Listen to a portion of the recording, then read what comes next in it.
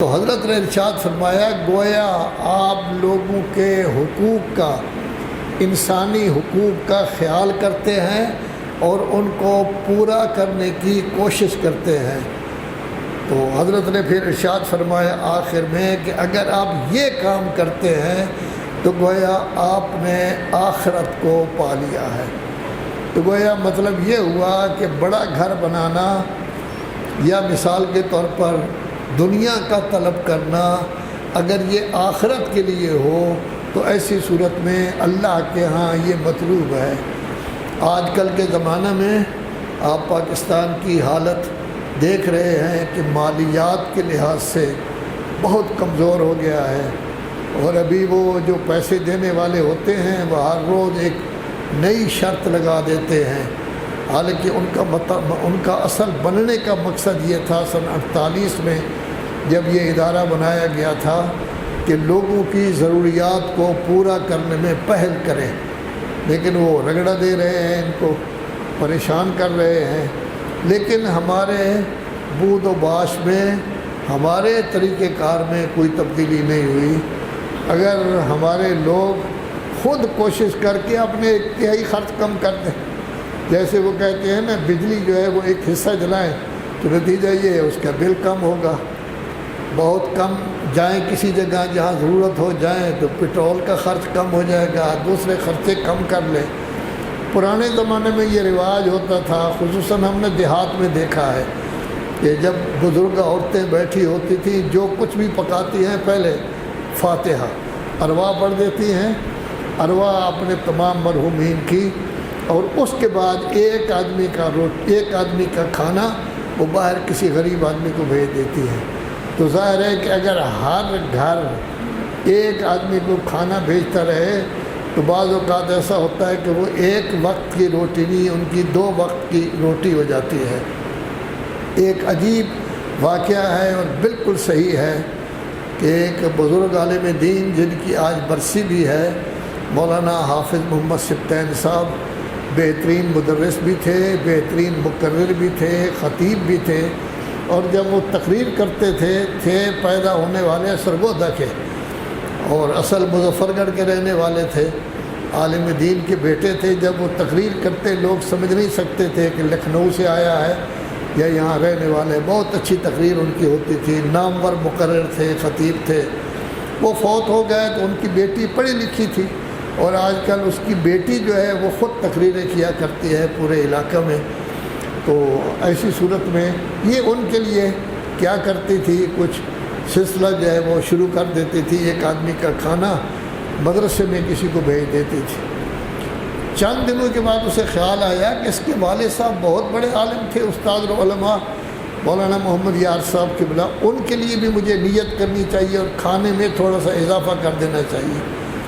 ایک دفعہ اتفاق ایسا ہوا کہ مہمان آ گیا اچانک، تو سالن کم ہو گیا، روٹی تو پک سکتی ہے آدمی کی لیکن سالن کم ہو گیا، تو اس نے پھر نیت صرف اپنے والد کی مولوی صاحب کی نیت نہیں کی، دادے کی نیت نہیں کی۔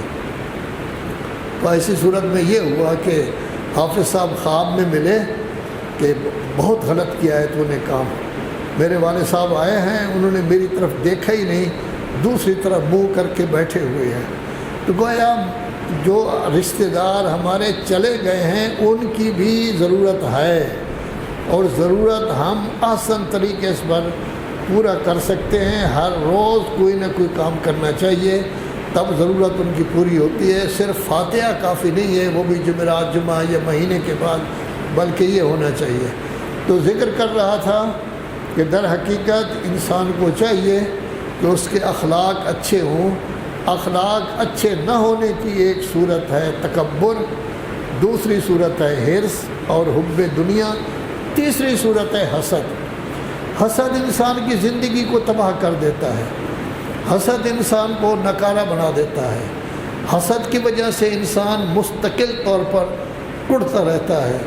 لذا علماء اخلاق نے اس کی تعریف کی ہے کہ ہمیشہ اس کو غمگین رہنا پڑتا ہے کہ فلاں آدمی کے پاس دولت کیوں آ گئی، فلاں نے گاڑی کیوں لے لی، فلاں نے پلاٹ کیوں لے لیا، فلاں نے مکان کیوں بنا لیا۔ اور پھر ہر وقت اسی میں لگے رہتے ہیں، یا اللہ اس کو کلاش کر دے، غریب کر دے، فقیر کر دے، یہی چیز مجھے دے۔ اس کو کہتے ہیں حسد۔ اس طرح کا حسد مال و دولت کے لحاظ سے بھی ہو سکتا ہے، اس طرح کا حسد علم میں بھی ہو سکتا ہے، اس طرح کا حسد دوسری چیزوں میں بھی ہو سکتا ہے۔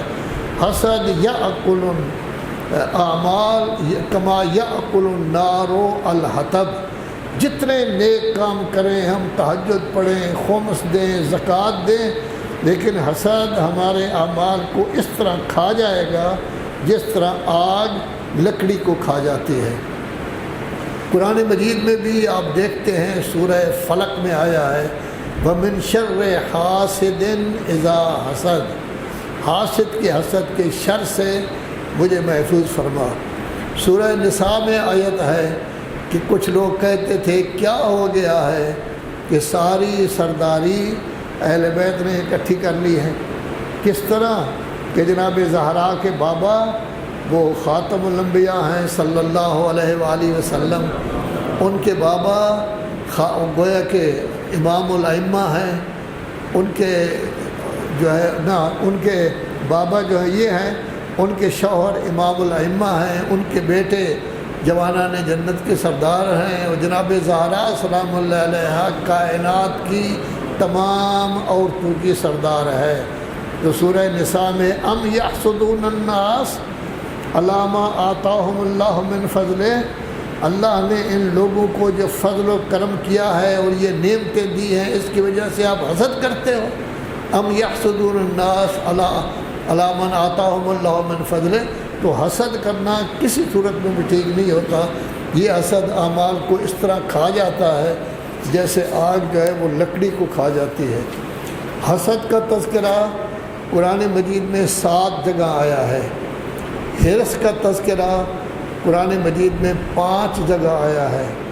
کبر تکبر میں تکبیر بھی ہے، وَرَبَّكَ فَكَبِّرْ، کہ اے میرے حبیب اٹھو اور جا کے تبلیغ کرو، لیکن جب تبلیغ اللہ اکبر کر کے کرو، اللہ سے مدد لے کر آپ جا کے تبلیغ کریں۔